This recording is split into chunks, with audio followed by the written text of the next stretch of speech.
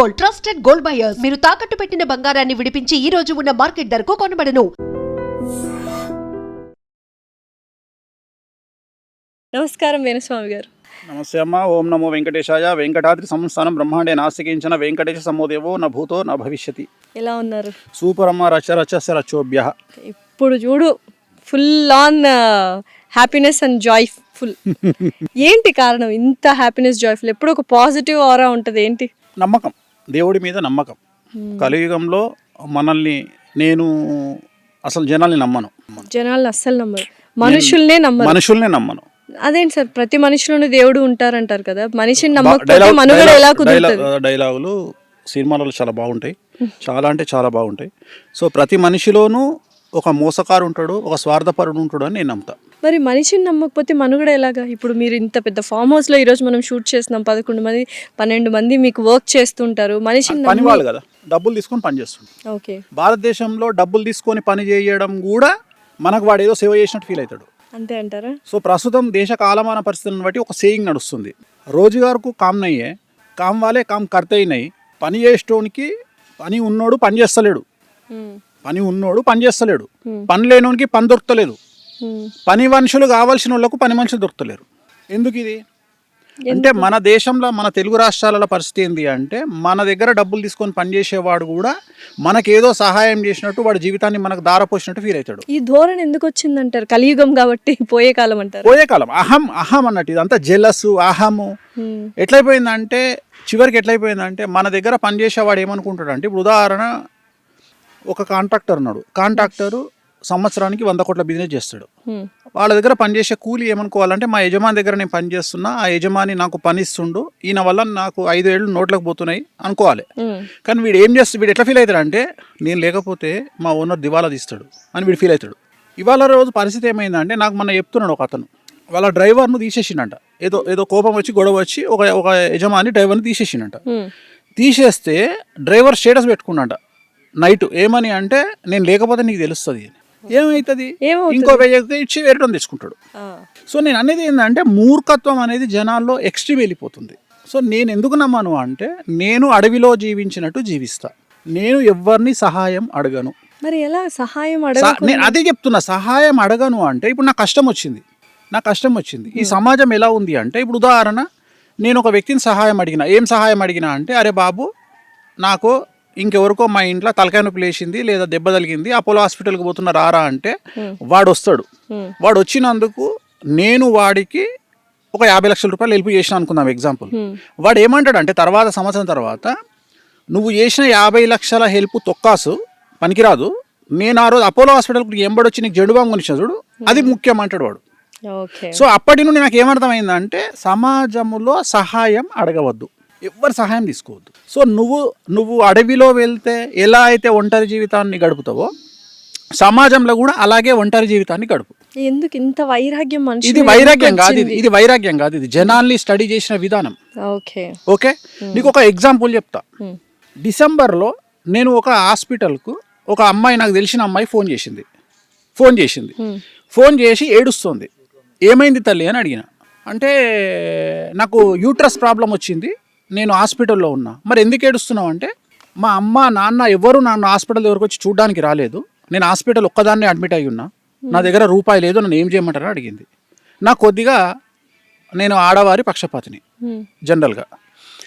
ఇమ్మీడియట్గా డ్రైవర్ను పిలిచి నేను హాస్పిటల్కి పోయి సమ్ అమౌంట్ తీసి అమ్మాయి చేతిలో పెట్టి పక్కన ఆమె అసిస్టెంట్ ఉంటే ఆమెకు 10,000 ఇచ్చి సామాన్లు ఈమెకి ఏమేమి కావాలో బ్రెడ్ ఫ్రూట్స్ అన్నీ కొని తల్లి అని చెప్పి ఆ అమ్మాయితో మాట్లాడి బయటికి వస్తుంటే, నన్ను అభిమానించే ఒక పీడియాట్రిషియన్ అమ్మాయి డాక్టర్ ఎదురుకొచ్చింది. స్వామి డాక్టర్ ఎక్కడికి వచ్చారు అంటే, అమ్మ నువ్వేంది తల్లి ఇక్కడ ఉన్నావు అంటే, నేను ఇక్కడ డాక్టర్ను గురువు గారు. Okay right. ఒక సెల్ఫీ తీసుకుంది, నా నెంబర్ అడిగింది, నా పర్సనల్ నెంబర్ ఇచ్చిన, వచ్చేసిన. ఇది డిసెంబర్లో జరిగింది, 2025 డిసెంబర్లో జరిగింది. మేలో, ఈ 2026 మేలో నాకు ఆ డాక్టర్ నాకు మెసేజ్ పెట్టింది. ఏమనంటే, గురూజీ నాకు ఇంకా పెళ్లి కాలేదు కదా, నాకు సంబంధం వచ్చింది, ఆ సంబంధం మీరు ఏమన్నా కలుస్తుందా కలవదా చెప్పండి అని. సరే తల్లి చెప్తా అని. అబ్బాయి పుట్టినటువంటి సమయం సంధికాలంలో పుట్టిండు అంటే, అది ఒక 10 నిమిషాలు అయితే వేరే రాశిలోకి వెళ్తుంది, అందుకని క్లారిఫికేషన్ కోసం ఈ అమ్మాయికి నేను ఫోన్ చేస్తాను. టైం కోసం 8 రోజులు చేసిన ఫోన్ లిఫ్ట్ చేయలే అమ్మాయి. లిఫ్ట్ చేయకపోతే నేను అమ్మాయికి మెసేజ్ పెట్టిన, ఎనీ ప్రాబ్లం అని పెట్టిన. Yes there is a problem అని పెట్టింది. ఓకే అనగానే నాకు ఇంకా సర్రమని నేను ఫోన్ చేసిన. ఫోన్ చేసి ఏందమ్మా మెసేజ్ పెట్టినావు, నువ్వేమో నాకు రెస్పాండ్ అవ్వట్లేదు, ఎందుకు ఇట్లా చేస్తున్నావు అని అడిగిన. లేదండి దెర్ ఈజ్ ఎ ప్రాబ్లం అన్నది. ఏం ప్రాబ్లం అన్నాను. మీరు మా హాస్పిటల్కి వచ్చిర్రు, మీకు డిసెంబర్లో గుర్తుందా? అవును తల్లి వచ్చిన. ఏమైంది? మీరు ఎందుకు వచ్చిర్రు? ఇట్లా జరిగిన తల్లి వచ్చిన. లేదు నాకు 5 రోజుల కింద తెలిసింది మీరు అమ్మాయిని చూడడానికి వచ్చిర్రు అని. తప్పేముంది దీంట్లో? ఏం లేదు, మా హాస్పిటల్లో అమ్మాయికి 3వ అబార్షన్. అది యూటరస్ ప్రాబ్లం, మీకు అబద్ధం చెప్పి డబ్బులు తీసుకుంది. సో నేను అనే పాయింట్ ఏంటంటే ఈ అమ్మాయి నన్ను జస్టిఫికేషన్ చేసింది. ఏమని? నువ్వు ఆ అబార్షన్ అయిన అమ్మాయిని చూడడానికి వచ్చినావు కాబట్టి నువ్వే కారణం, క్యారెక్టర్లెస్ ఫెలో. అలాంటి అమ్మాయిని చూడడానికి వచ్చినావు అంటే నువ్వు వేస్ట్ కానివి. అలా ఎలా అనుకుంటా? ఇట్లా ఎన్నిసార్లు కొట్టించుకోమంటావు నన్ను? మంచి చేయడానికి వెళ్ళారు, సహాయం చేయడానికి వెళ్ళారు, ఈ అమ్మాయి అపార్థం చివరికి నువ్వు నమ్మవో అమ్మ. నేను ఒక 2 బెల్టులు కొని, బెల్టులు లిటరల్గా ఇప్పుడు నేను ఎప్పుడైనా లైఫ్లో బెల్ట్ వేస్తాను, ఎందుకంటే నేను లుంగి మీద ఉంటా. 2 బెల్టులు నా యాంగర్కి వేసుకొని ప్రతిరోజు దాన్ని చూస్తుంటా. ఎందుకు? అంటే ఎంతమందితో దెబ్బలు తినాలి లైఫ్లో ఇట్లా. మన ఒక అమ్మాయి వచ్చింది, నేను ఒక ఇన్ఫ్లుయెన్సరు, నాకు హెల్ప్ కావాలి. ఏం కావాలి తల్లి? నాకు ఒక ఐఫోన్ ఇప్పించండి. iPhone 17 Pro Max భారతదేశంలో ఐఫోన్ కానీ శాంసంగ్ కానీ లాస్ట్ 10 సిరీస్ నేను లాంచ్ చేస్తున్నా. లాంచ్ చేయగానే 10 ఫోన్లు కొని ఐఏఎస్లకు కానీ సినిమా వాళ్ళకి కానీ ఇవ్వడం నాకు అలవాటు, గిఫ్ట్ ఇవ్వడం. వెంబడే ఒక ఫోన్ తెప్పించి అమ్మాయికి ఇచ్చిన. ఇప్పించిన తర్వాత అమ్మాయి ఫోన్ చేసి ఏమంటది, నా ఫ్రెండ్ ఫోన్లో ఫోటోలు బాగా వస్తున్నాయి, మీరు ఇచ్చిన ఫోన్లో బాగా రావట్లేదు ఫోటోలు. అంటే ఆ ఉద్దేశం ఏం తెలుసు? డూప్లికేట్ ఫోన్ అని. డూప్లికేట్ ఫోన్ మీరు ఇచ్చారా? ఏంటి దెబ్బ మీద దెబ్బ అంటే సహాయాలు నేను అనేది ఏంటంటే సమాజం అట్లా ఉంది తల్లి. గుర్తించే స్థితిలో సమాజం, మనం చేసిన హెల్ప్ను గుర్తించే స్థితిలో సమాజం లేదు. వాళ్ళు ఏమంటారు అంటే రేపు పొద్దున మనం ఏమైనా అడిగినాం అనుకో, నీకు ఆ రోజు నేను సహాయం చేసాను, నీ తీటకు నువ్వు చేసినావు అంటారు. అందుకని ఏమైపోయింది అంటే ఇప్పుడు నాకు ఏదో సమస్య వస్తుంది, వాడు ఎవడో వచ్చి నా దగ్గర ఉంటాడు. ఉదాహరణ చెప్తా. ఇప్పుడు ఉదాహరణ, నిత్యం చచ్చేవాడికి ఏడ్చేవాడు ఎవడు అంటే రోజు చచ్చిపోయినానికి ఎవడు ఏడుస్తాడు? అంతే. ఇప్పుడు నా గురించి రోజు ఏదో ఒకటి వస్తుంటది, లేదా ఏదో ఛానల్లో నా గురించి పెద్ద పెంట పెట్టిండు అనుకుందాం. నేను ఏడ్చుకుంటూ కూర్చోవాలనా? ఇక వాడు నేను కొద్దిగా నారాజు కూర్చోగానే ఎవడో నా దగ్గరకు వస్తాడు, గురుగారు నేను మీకు ధైర్యంగా ఉన్నా, నేను మిమ్మల్ని కాపాడుతా అని నాతోని ఆ 2 రోజులు గడుపుతాడు. అంతే. ఇక జీవితాంతం అని నేను పోషించాలి. ఎందుకు అంటే ఆ రోజు నీ ఎంబడిలేనా నేను? ఆ 2 రోజులు నీ ఎంబడి ఉన్నా నేను. ఆ రోజు నిన్ను పలాంటి ఎవడు తిట్టిండు కదా, నేను నీ ఎంబడి 2 రోజులు గడిపినా కాబట్టి ఇక నువ్వు జీవితాంతం నాకు ఊడిగం చేయాలి. సహాయం చేసి తిరిగి సహాయం పొందడానికి. సహాయం ఎక్కడదమ్మా? అంతే. భయపడేటోనికి సహాయము. నువ్వు భయపడు మన బ్లడ్ అనే లేదు. నేనే 100 మందికి ధైర్యం చెప్పేటోని. అంటే నేను ఏంటంటే చిన్న సహాయం లాస్ట్కు ఎట్లయిపోయిందంటే, మనం ఛాయే గ్లాసు తీసి పక్కకు పెట్టినోడు కూడా ఆ రోజు నీకు ఛాయ్ గ్లాసు తీసి పక్కకు పెట్టలే అంటాడు. అందుకని ఏమైపోయిందంటే స్నేహితులను కానీ బంధువులను కానీ ఎవరిని సహాయం అడగడం బంద్ చేసిన. నేను అందరికీ కూడా అదే చెప్తా. ఇంకోటి తెలుసా ప్రాబ్లం ఏంటంటే, ఇక్కడ ఏం జరుగుతుంది అనేది పక్కన పెడితే, ఇప్పుడు ఉదాహరణ చెప్తా. ఇప్పుడు మన ఇన్స్టాగ్రామ్లో నందు అని ఒక ఎన్ఆర్ఐకి సంబంధించినటువంటి హడావిడి జరిగింది. నందూస్ వరల్డ్ అంటే ఎక్కడికి వెళ్ళిపోయారు జనాలు అంటే, ఆమె లండన్ సిటిజన్, యూకే సిటిజన్. అవును. ఆమెను పట్టుకురావాలంటే ఒక 50 నుండి 100 కోట్ల రూపాయల ఖర్చు వస్తుంది భారతదేశానికి. Right, correct. మనకు ఆ విషయం తెలియదు. మనం అరెస్ట్లను వేసేస్తాం, ఉరి శిక్షను వేసేస్తాం, సంపినమని వేసేస్తాం. మన ఇష్టం వచ్చినాయి మనం వేసుకుంటాం, మనకు నచ్చినాయి మనం వేసుకుంటాం. మనకు బేసిక్ నాలెడ్జ్ ఏం లేదంటే. బట్ చాలా మంది మోసపోయారు. చెప్పేది తల్లి, ఇక్కడ మోసం గురించి నేను మాట్లాడతలేను. మీ తప్పు మోసపోవడం అంటే మిమ్మల్ని నమ్మిరు కాబట్టి మోసపోయారు. ఎవడు నమ్మమన్నాడు మిమ్మల్ని? నేను అనే పాయింట్ ఏంటంటే ఎవడు నమ్మమన్నాడు? నమ్మిన దగ్గరనే మోసం ఉంటుంది. నేను దాని గురించి మాట్లాడతలేను. నేను మాట్లాడేది క్వశ్చనింగ్ నాలెడ్జ్ గురించి మాట్లాడుతున్నాను. ఒక సిటిజన్ ను ఇండియాకు పట్టుకురావాలి అంటే ఇంటర్పోల్ ఇన్వాల్వ్ కావాలి, దేశ ప్రధాని ఇన్వాల్వ్ కావాలి, ఒక స్టేట్ సీఎం ఇన్వాల్వ్ కావాలి, వాళ్ళ మీద ఇంటర్పోల్ కనెక్షన్ కావాలి, వాళ్ళని తీసుకురానికి ఇక్కడ నుండి స్పెషల్ టీమ్ అరేంజ్ చేయాలి. అక్కడికి పోయినాక లండనోడు మనకు పర్మిషన్ ఇయ్యాడు, మనతో మనం యుద్ధం చేయాలి. ఇప్పుడు లండన్ బార్డర్లో తెలుగుదేశానికి, ఆంధ్రప్రదేశ్ తెలంగాణ రాష్ట్రానికి లండన్కు యుద్ధం అవుతుంది. ఆ యుద్ధంలో ఆమెను పట్టుకురావాలి. చాలా పెద్ద ప్రాసెస్. సో ఇవేం తెలియకుండా నందుని చంపేసిరు రాత్రి అని ఒకటి పెడతాడు, నందుని లేపుకొచ్చిండు అని ఒకటి పెడతాడు. నేను అనే బేసిక్ సెన్స్ చాట్ జీపీటీ ఉంది, అడగండి. ఒక సిటిజన్ పట్టుకురావాలంటే ఏమవుతుందో అడగండి. ఇదే తెలివి మనకు ఉంటే కింగ్ ఫిషర్ అని ఎప్పుడో పట్టుకోద్దురు కదా. అంతే కదా. మీరు ఎందుకు ఇట్లా చేస్తారు అంటే నేను దీనికోసం భయపడి వీళ్ళు వేసేదానికి భయపడి లేకపోతే నేను అదే ఏంటంటే కష్టం వస్తే ఎవరితో షేర్ చేసుకోకండి. ఏమవుతుందంటే కష్టం రావడం కంటే మీరు కష్టాన్ని షేర్ చేసుకోవడం వల్ల సమస్యలు ఎక్కువ వస్తాయి. కరెక్ట్. బేసిక్ ఏం చేస్తావు నువ్వు, నీకు ఒక సమస్య వచ్చింది, దన్నా దోస్తులు ఇద్దరికి చుట్టాలకి ఇద్దరికి ఫోన్ చేసి నువ్వు టెన్షన్లో పానిక్ అటాక్ వల్ల 10 మందికి చెప్తావు. ఈ 10 మందిలో నా కొడుకు నీకు పని చేయడు. నువ్వు ఫోన్ పెట్టేసిన మరుక్షణం వాడు ఏం చేస్తాడు తెలుసా, 100 మందికి ఫోన్ చేస్తాడు. అయ్యిందంట, ఆగిందా ఇది, దీనంత యాంకర్ లేదట ఏడా, ఆగిందా ఇది, ఇది వాడు చెప్తాడు. నువ్వేం చేసుకున్నావు సహాయం చేస్తారని ఫోన్ చేసినావు, వాడు ఫోన్ పెట్టే చేసే పనిది. ఇట్లా 100 మంది ఇంటూ 10 వేసుకున్నా 1000 మంది నేను తిడతారు తప్ప ఇలా ఎవడు వచ్చి నీకు సహాయం చెప్పాడు. సో మనకి మనమే సహాయం సో చేసుకోవాలి. నేనేమంటున్నా అంటే మర్డరు మానభంగం ఈ 2 చేస్తే నేను ఎవడు కాపాడలేడు. బ్రెయిన్ స్ట్రోక్ హార్ట్ స్ట్రోక్ ఈ 2 వస్తే నేను ఎవడు కాపాడలేడు. సో ఈ 4కి భయపడు, దేనికి భయపడు. ఇప్పుడు ఉదాహరణ మీ ఇంట్లో ఎవరికో బ్రెయిన్ స్ట్రోక్ వచ్చింది, బ్రెయిన్ స్ట్రోక్ గారు ఆగండి మా నాన్నగారు వస్తున్నారు ఆన్ ది వే ఇప్పుడే మెట్రో దిగిర్రు అన్నాం అనుకో, అవుతుంది అది ఆగదు, వచ్చే వరకు గిలగిల కొట్టుకొని పీకుతాడు. హార్ట్ స్ట్రోక్ కూడా అంతే, రైట్.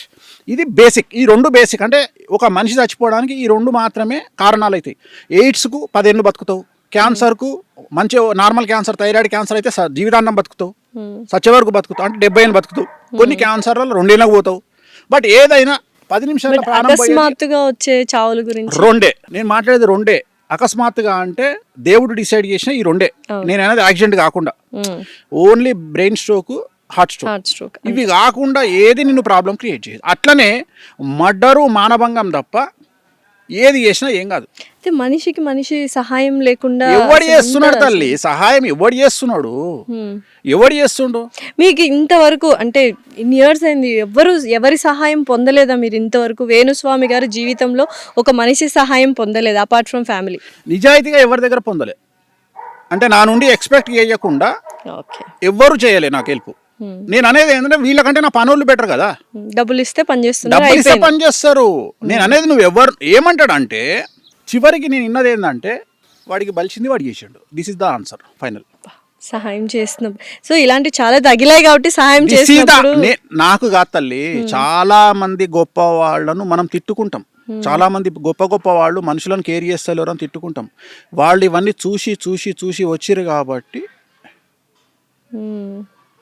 నేను అనేది ఏంటంటే నాకు తెలిసిన ఒక శిష్యుడు ఉంటాడు ఎగ్జాంపుల్, వాడు అంతకుముందు నన్ను గురువు గారు అంటాడు.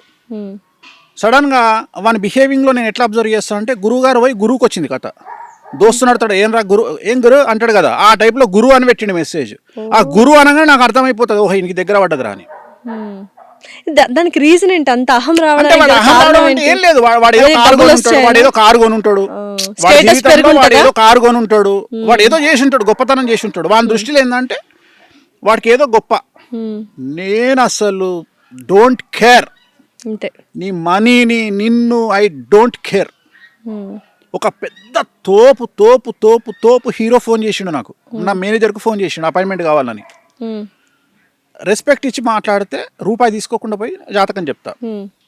చాలా యారగెంట్గా ఫోన్ చేసి నా మేనేజర్తో యారగెంట్గా మాట్లాడితే, తెలుగు హీరోనా సౌత్ ఇండియన్? తెలుగు హీరో. చాలా యారగెంట్గా మాట్లాడితే నా మేనేజరు మీరు వస్తారా ఆఫీస్కి, గురుగారు రావాలన్నా అంటే, ఏంది మేము రావాలన్నా గురుగారి దగ్గరికి అంటే నేను అడిగిన ఏందంటే అని అడిగిన, చాలా రఫ్గా మాట్లాడుతుంది సార్ 2 లక్షలు చెప్పన్నా అనగానే ఓకే అండి గురువుగారు వస్తారు గురుగారు మీ దగ్గరికి 2 lakhs ఛార్జ్ చేస్తారండి. 2 లక్షలా? తోపు అన్నారు కదా మీరే, తోపు హీరో కదా. అంటే ఆయన ఉద్దేశం ఏంటంటే నేను హీరోను కాబట్టి వీడు పమేరియన్ కుక్క తోకెట్లా ఊపుతుందో అట్లా ఊపుకుంటూకొస్తాడు అనుకుండు వాడు. కానీ మనకు అర్థం కాలే, డబ్బును మనం కేర్ చేయం, స్టేటస్ను మనం కేర్ చేయం, ఎందుకంటే చూసి తంగైపోయినాం. ఎన్ని కోట్ల ఆస్తి ఉంది సార్ వేణుస్వామి గారికి? వేణుస్వామికి ఆస్తి ఉందా లేదా అనేది ఒక విషయం పక్కన పెడితే నీకు ఉల్టా ప్రశ్న ఇస్తా. ఒక అమ్మాయి ఒక గుడిసెలో ఉన్న వ్యక్తికి ఏజ్ చెప్పొచ్చు, ఒక కింగ్ను దొబ్బే అనొచ్చు. అది ఆ అమ్మాయికి ఎంత ఉంది? That is called self respect. That is called self respect. నువ్వు గుడిసెలు ఉన్నతో పోయినావు, నాతో పోలే, అది అమ్మాయి ఇష్టం రాబాయ్, అది అమ్మాయి ఇష్టం. డెఫినెట్లీ నాకు సెల్ఫ్ రెస్పెక్ట్ ఎక్కువ. నేను ఇదే రెస్పెక్ట్ నేను వేరేటో అడిగితే ఒక అడుక్కున్నటో అడిగితే నేను బెండ్ అవుతా. నేను డబ్బు లేనోళ్ళకి ఇంపార్టెన్స్ ఇస్తా, డబ్బు ఉన్నోళ్ళకి ఇంపార్టెన్స్ ఇయ్యను. ఎందుకంటే నా ఉద్దేశంలో డబ్బు లేనోడిని డబ్బు ఉన్నోడిగా చేయడమే నా మోటో. సో మామూలు మనిషిని సెలబ్రిటీగా చేయడమే నా మోటో. ఓకే, ఇదే ప్రశ్న నాకు మైండ్లో రన్ అవుతుంది. మీరే ఆన్సర్ చెప్పారంటే సెలబ్రిటీలు అవుతారు అని వాళ్ళ గురించి తెలుసుకొని వెళ్ళి పూజలు చేస్తున్నారు, లేకపోతే వాళ్ళు సెలబ్రిటీ అవ్వాలి మీ దగ్గర పూజలు చేసుకున్న తర్వాత వాళ్ళు సెలబ్రిటీ. వాళ్ళకి యోగం ఉంటే చేస్తా, లేకుంటే చెయ్య. ఓకే, సో మీ దగ్గరికి చాలా మంది సెలబ్రిటీలు అవ్వాలని వచ్చిన వాళ్ళకి యోగం ఉందని వాళ్ళ జాతకం చూసి. ఎందుకంటే నేను కూడా అందరు జ్యోతిష్యులాగానే దుకాణం ఇంట్లో పెట్టుకొని చాలా సైలెంట్ గా బ్రతకొచ్చు. ఇంత మీడియాల పెంట చేసుకొని ఎవరెవరినో నేను ఎవరెవరి దృష్టిలో పడి నేను ఇంత కష్టాలు అనుభవించాల్సిన పని నాకు లేదు. నేను ఎందుకు ఇటువైపు వచ్చినా అంటే వామాచారం అనేది నా డ్రీమ్. వామాచారం అనేది నా డ్రీమ్. వామాచారం అంటే ఎడమ చేతితో పూజలు చేయడము అనేది నా డ్రీమ్. సో ఇప్పుడు దశమహా విద్యలు కామాఖ్య అమ్మవారు అంటే లెఫ్ట్ హ్యాండ్ పూజలు చేయబడేది వామాచారం అనేది డ్రీమ్. అంటే ఎలాగైతే మెడిసిన్లో నార్మల్ మెడిసిన్ ఉంటుందో దాంట్లో స్టిరాయిడ్స్ లాంటివి ఈ పూజలు. సో ఇది ఇన్స్టెంట్గా రెమెడీస్ ఇస్తాయి, ఇన్స్టెంట్గా ఎక్స్ట్రీమ్ లైఫ్ ఇస్తుంది. చాలా ఇంకా నువ్వు చచ్చిపోతావు ఇంకా బ్రతకలేవు అనుకున్న స్థాయి నుండి, రోగంతో కాదు కష్టాల నుండి, అలాంటి మనిషిని రాత్రిని మిరాకిల్స్ చేసి కింగుని చేసి పెడతాయి ఈ పూజలన్నీ. మరి స్టార్ట్ చేశారా వామాచారం? అదేళ్ళ నుండి చేస్తున్నా కదా, దీనికోసమే కదా అంత పెంట జరిగింది. ఎందుకంటే జనాలకు మా కామాఖ్య దేవాలయం తెలియనందువల్ల యోని యోని యోని యోని యోని అంటే చివరికి జనాలు అక్కడికి పోయి చూసిన తర్వాత నిజంగానే యోని ఉంది ఇక్కడ అని చెప్పి ఫీల్ అయ్యి అప్పుడు జనాలు లైన్ కట్టడం స్టార్ట్ అయింది. ఈ నెల 22 నుంచి 26 వరకు ఋతుస్రావం అనేది కామాఖ్య అమ్మవారికి జరుగుతుంది. అంబుబాచి మేళా అంటారు. అంబుబాచి మేళా ప్రతి సంవత్సరం జూన్ నెలలో కామాఖ్య అమ్మవారికి ఋతుస్రావం జరుగుతుంది.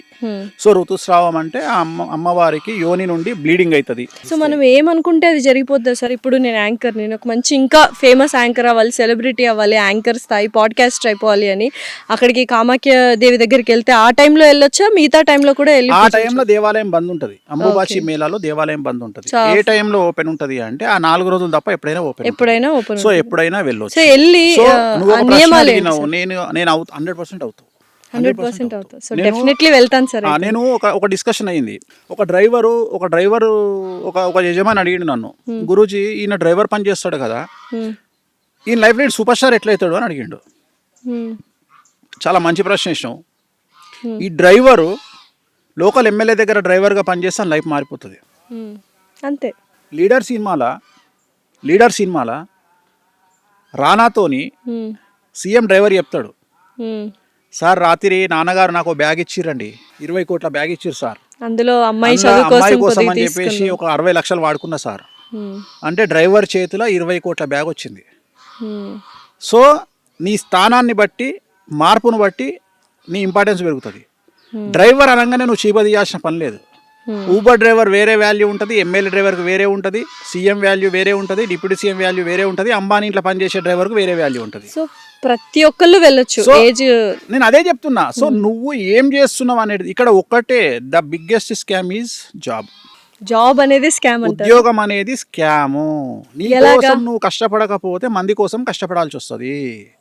సో నేను ఏం చెప్తున్నా అంటే ఇవాళ నువ్వు ఒక ఛానల్లో యాంకర్గా పనిచేస్తున్నావు, నువ్వు జీవితాంతం ఈ ఛానల్ యాంకర్గా పనిచేస్తావా, లేకుంటే నువ్వు ఓన్గా ఇండివిజువల్ పాడ్కాస్ట్ సిస్టమ్ పెట్టుకుంటావా, లేకపోతే నీకంటూ ఒక యూట్యూబ్ ఛానల్ పెట్టుకుంటావా అనేది నీ ఆలోచన మీద ఆధారపడి ఉంటుంది. సో ఇప్పుడు నేను ఏం చేస్తే కరెక్ట్ అంటారు మీరు? అది నీ నక్షత్రం మీద ఆధారపడి ఉంటుంది. ఓకే, నీ నక్షత్రం ఏంది డైరెక్ట్ చెప్తావా? అశ్విని నక్షత్రం, మేషరాశి. సో ఏలినాటి శని నడుస్తుంది. డబ్బులు లేకుండా ఏం చేసినా నువ్వు తోపు, అంటే ఇన్వెస్ట్మెంట్ జోలికి పోకు. రెండోసారి ఏలినర్షన్లో ఉన్నావు. నేను బోటికి పెడతా, నా దగ్గర 40 లక్షల రూపాయలు ఉన్నాయి, 3%కి ఎవడో అప్పు తీసుకుంటా అన్నాడు, ఇట్లాంటి పనులు చేయొద్దు. ఈ జీవితంలో అతిపెద్ద తప్పు చిట్టీలు వేయడము, అప్పులు ఇవ్వడము. ఈ 2 వేస్తే బిస్కెట్, ఇవి పోవద్దు. డబ్బు లేకుండా డబ్బు ఇన్వెస్ట్మెంట్ లేకుండా సంపాదించగలిగినటువంటి శక్తిని భగవంతుడు నీకు ఇచ్చిండు. ఏమిచ్చిండు? నీకంటూ ఇండిపెండెంట్గా ఒక యూట్యూబ్ ఛానల్ పెట్టుకో, నీకంటూ ఇండిపెండెంట్గా ఒక ఇన్స్టాగ్రామ్ ఛానల్ పెట్టుకో, ఒక ఫేస్బుక్ అకౌంట్ పెట్టుకొని నీకున్న పరిచయాలను ఉపయోగించి బతిమలాడుకొని బామాలుకొని పోడ్కాస్ట్ చేసుకో, అయిపోయింది. సో నా దశ బాగుంటుంది అంటారా? తిరుగులేదు. థ్యాంక్ సో నేను అనేది ఏంటంటే ఇట్లనే ప్రతి ఒక్కరు ఆలోచించాలి. ఆలోచించాలి. నేను అనేది ఇట్లనే ఆలోచించాలి. ఇప్పుడు ఉదాహరణ ఇప్పుడు ఉదాహరణ కెమెరామెన్ ఉన్నాడు. మరి కెమెరామెన్ ఏమవుతాడా? తోపు అవుతాడా? కెమెరామెన్ తోపు అవుతాడు. ఎట్లా అవుతాడా? 2 కెమెరాలు కొనుక్కొని కిరాయికి ఇచ్చుకుంటే కెమెరామెన్ తోపు అవుతాడా? ఆబ్వియస్లీ.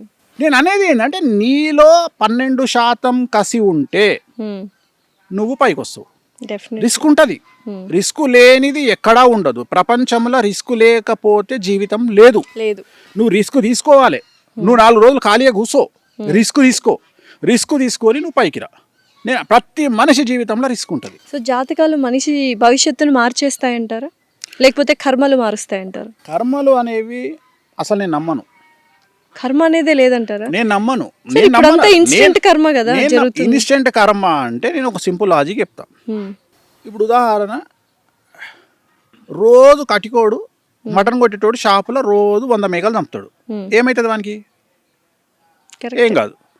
అది పక్కకు పెడదాం. భారతదేశంలో ఉరిశిక్ష పడ్డోళ్లకు ఉరిశిక్ష చేసేందుకు ఒక మనిషి ఉంటాడు. ఏమవుతుంది ఆయనకు? సో మనల్ని మనము మానసికంగా సాటిస్ఫై చేసుకోవడానికి మనం ఎదుటి వ్యక్తిని కర్మ నాశనం చేస్తుంది అని అనుకుంటాం. ఇక్కడ 2 ఆప్షన్స్. మనము ఏమీ చెయ్యకుండా మనము నిజంగా శుద్ధపూసలమైతే మనల్ని ఎవడైతే టార్గెట్ చేస్తాడో వాడు సర్వనాశనం అయిపోతాడు. ఇది మాత్రమే నేను నమ్ముతా. నిజమేనా సార్? ఇది ఒకటే నేను నమ్ముతా. కానీ నువ్వు కూడా శుద్ధపూస అయి ఉండాలి. నేను అనే పాయింట్ శుద్ధపూస అంటే అమాయకత్వమేగా. ఏం తప్పు చేయకుండా. ఇప్పుడు నువ్వు మంచిదానివి అంటే నేను చూసిన దగ్గరికి సమాజంలో మన సమాజం ఎట్లుంటదంటే, మొగోడు డబ్బు సంపాదిస్తే అరే దొంగరా లంగపల్లి సంపాదించిండ్రా అంటది. అమ్మాయి అయితే ఒళ్ళమ్ముకొని సంపాదించిండ్రా అంటారు. అదే కదా ఇప్పుడు అదే జరుగుతుంది ఎవరికైనా, ఎందుకు తెలుసా? ఎందుకంటే నిన్ను మానసికంగా దెబ్బ కొట్టడానికి ఈ 2 పదాలు వాడతారు. వీటిని నువ్వు ఎంటిక తీసేసినట్టు తీసేస్తే నువ్వు సక్సెస్. ఇట్లా తీసి ఎంటకాడ పడేయాలి. చేసిన పో అను అయిపోయింది. అంటే ఇప్పుడు సొసైటీని పట్టించుకోకర్లేదు, అసలు పట్టించుకోవద్దు. మనకి చెడ్డ పేరు వస్తుందని భయం కూడా అసలు వద్దు. అన్నిటికంటే ముఖ్యమైన ప్రాబ్లం నిన్ననే నా దగ్గరికి ఒక అమ్మాయి వచ్చింది. చాలా తోపు తెలుగు రాష్ట్రాలలో వచ్చి జాతకం చూపించింది. ఆ అమ్మాయిని నా దగ్గరికి పంపించిన ఆమె నా దగ్గరికి రికమెండ్ చేస్తారు కదా. ఇప్పుడు నువ్వే ఉన్నావు, ఏమంటావు? గురూజీ నేను ఒక అమ్మాయిని పంపిస్తున్నా, భార్యాభర్తలు పంపిస్తున్నా, వాళ్ళ దగ్గర ఒక 500 కోట్లు ఉన్నాయి, 1000 కోట్లు ఉన్నాయి, భార్యాభర్తలు అన్యోన్య జీవితము, అసలు ఇంకా వాళ్ళని మించిన ఇంకెవరు దొరకరు అని చెప్పి నువ్వు నా దగ్గర పంపించినావు. నేను జాతకం చూడంగానే ఫస్ట్ క్వశ్చన్, ఇంకా కలిసినారా మీరు అని అడిగిన అమ్మాయిని. నీ మొగడు సైకో కదమ్మా, ఎట్లా కలిసినావు అని అడిగిన. ఫస్ట్ క్వశ్చన్ అదే. నీ మొగడు సైకో కదా, ఎట్లా కలిసినావు? నీ మొగడికి మల్టీ పర్సనాలిటీలు ఉన్నాయి, స్ప్లిట్ పర్సనాలిటీలు ఉన్నాయి, నువ్వు ఎట్లా కలిసినావు అని అడిగిన. అప్పుడు ఆ అమ్మాయి ఒక అర్ధగంట మొత్తం ఉపదేశం చేసింది నాకు. ఇగో ఇట్లా ఏం చేయాలి గురువు గారు అని అడిగింది నన్ను. ఏం చేస్తావు తల్లి, డివోర్స్ తీసుకొని అడిగిన. చెప్పిన అంటే ఎంత సింపుల్గా చెప్పిన అనేది ఆమె అనుకుంటుంది. నేను ఏమంటున్నా అంటే, నా చెల్లెనో అక్కనో బిడ్డనో ఆ సీట్లో కూర్చుంటే ఆమె ఎంత సఫర్ అయ్యింది ఆలోచన చేసి చాలా సింపుల్గా నువ్వు డివోర్స్ తీసుకో అన్నట్టే అనిపిస్తుంది. కానీ దాని కింద నేను ఎంతో గ్రౌండ్ వర్క్ చేసి ఉంటా. ఎందుకంటే అమ్మాయి డివోర్స్ తీసుకోవడంలో లేట్ చేస్తే జీవితం నాశనం అవుతుంది. మొగోనికి ఏం నాశనం కాదు. మొగోడు డివోర్స్ తీసుకోవాలి అంటే తీసుకున్నా తీసుకోకపోయినా వాని దగ్గర పైసలు ఉంటే వానికి ఇంకో అమ్మాయి వస్తుంది. ఈ మధ్యన ఇన్స్టాగ్రామ్లో ఒక రీల్ వస్తుంది, how is your what about your age అంటే 10 million ఇన్ బ్యాంక్ అంటాడు. అర్థమైంది. ఏజ్ తో సంబంధం లేదు, మొగోనికి ఏజ్తో సంబంధం లేదు. బ్యాంక్ బ్యాలెన్స్ చెప్తే అమ్మాయి ఉంటుంది. కానీ ఆడదానికి అందం ఉండాలి, స్ట్రక్చర్ ఉండాలి, ఫిజిక్ ఉండాలి. ఇవన్నీ దాటితే అమ్మాయిని దేకేటోడు ఉండడు. నేనేమన్నా అంటే, తల్లి ఇవాళ నీకు 30 ఏళ్ళు, నీకు ఆల్రెడీ పెళ్ళైంది 18 ఏళ్ళకు, అంటే 12 ఏళ్ళు అవుతుంది, నీకు 8 ఏళ్ళ బిడ్డ ఉంది. ఇవాళ నువ్వు ఈ నిర్ణయం తీసుకోకుండా, సపోజ్ నీకు రేపు పొద్దున అష్టమశని వచ్చినప్పుడు, అర్ధాష్టమశని వచ్చినప్పుడు నిర్ణయం తీసుకుంటావు నువ్వు. అప్పుడు అప్పటికి ఇంకో సైకోగాడు పక్కకు పెడితే ఫస్ట్ ఇప్పుడు నువ్వు సంపాదించే సంపాదన నీ దగ్గర ఉండదు. ఎందుకంటే అప్పటికి నువ్వు ఏజ్ అయిపోయి 10 ఏళ్లకు ఏజ్ అయిపోయి ఉంటుంది. డెఫినెట్లీ. అర్థమైందా? పోనీ వీళ్ళేమి సూపర్ స్టార్లు, హీరోలు కాదు, గ్రేట్ అవార్డ్స్ తీసుకొని నీకు 250 కోట్లు ఇస్తాను, కాబోయే సీఎంలు కాదు. మరి అట్లాంటప్పుడు నీ పరిస్థితి ఏంది? వీడు రూపాయి కూడా ఇవ్వడు నీకు. రేపు పొద్దున మళ్ళీ బోటికి పెట్టుకోనో లేకపోతే మళ్ళీ ఇంకేదో చేసుకొని బతకాలి. సో ఈ నిర్ణయాన్ని నేను ఇస్తా. నేను అనేమంటే, ఈమె లేదు మా ఇంటి పక్కోడు ఏమనుకుంటాడు. మీ ఇంటి పక్కన ఇంట్లో కూడా సమస్యలు ఉన్నాయి తల్లి. మీ ఇంట్లో నీళ్ళొల్లి అయితే మీ ఇంట్లో ఇంకోలొల్లి, పక్కింటో ఇంట్లో ఇంకోలొల్లి. సో ఇంటింటి రామాయణం ఉంటుంది. కాబట్టి నువ్వు జనాల గురించి పట్టించుకోవడం బంద్ చేయి. ఇంకొక ముఖ్యమైన విషయం ఏంటంటే, మరీ ముఖ్యంగా తెలుగు స్టేట్స్లో ఒక వ్యక్తిని విమర్శించేటువంటి నైతిక అర్హత ఎవరికి లేదు. కానీ అదే చేస్తున్నాం, హక్కుగా భావించి చేస్తున్నాం. అంటే తెలుగు లాజికల్ ఏంటంటే 2+2 = 5. తెలుగు స్టేట్స్లో 2+2 = 4 కాదు, 2+2 = 5. సో ఇక్కడ డిఫరెంట్గా ఉంటుంది. ఇప్పుడు మన దగ్గర ఎట్లుంటుంది అంటే మనం ఈ సమాజం అంతా ఫోక్సో గురించి మాట్లాడుతుంటే ఒక 10 మంది వచ్చి సపరేట్గా పెద్ద సినిమా గురించి మాట్లాడతారు. సో ఇది ముఖ్యం వాళ్ళకు. అంటే ఇక్కడ ఫోక్సో కంటే పెద్ద సినిమా ముఖ్యం వానికి. పెద్ద సినిమా ఎందుకు ఆగిపోయింది అనే దాని గురించి డిస్కషన్ నడుస్తుంది. ఎందుకు అంత తెలుగు వాళ్ళంటే ఇంత అంటే ఎందుకు అంత బ్యాడ్ అయిపోయారు అనుకుంటున్నారా మీరు? నేను అనుకోవట్లా. మానసికంగా చెడిపోయారా తెలుగు వాళ్ళు? అంటే ఎంటర్టైన్మెంట్ కావాలి మనకి. ఎంటర్టైన్మెంట్ ఇప్పుడు నేనే ఉన్నా, నేను ఎంత పర్వట్టాడు అంటే రాత్రి 10 గంటలకు ఉప్పల్ బాల్ వీడియోలు చూసుకుంటా,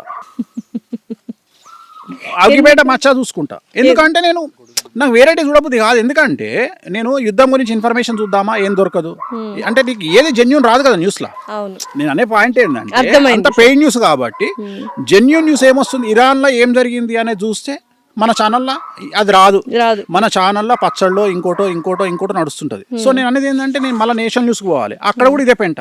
సో దాని బదులు ఇంటర్నేషనల్ న్యూస్ ఛానల్ చూసుకుంటే బెటర్. నేను అనేది ఏంటంటే ప్రతి ఒక్కడు పర్వర్టెడ్ అయిపోయిండు.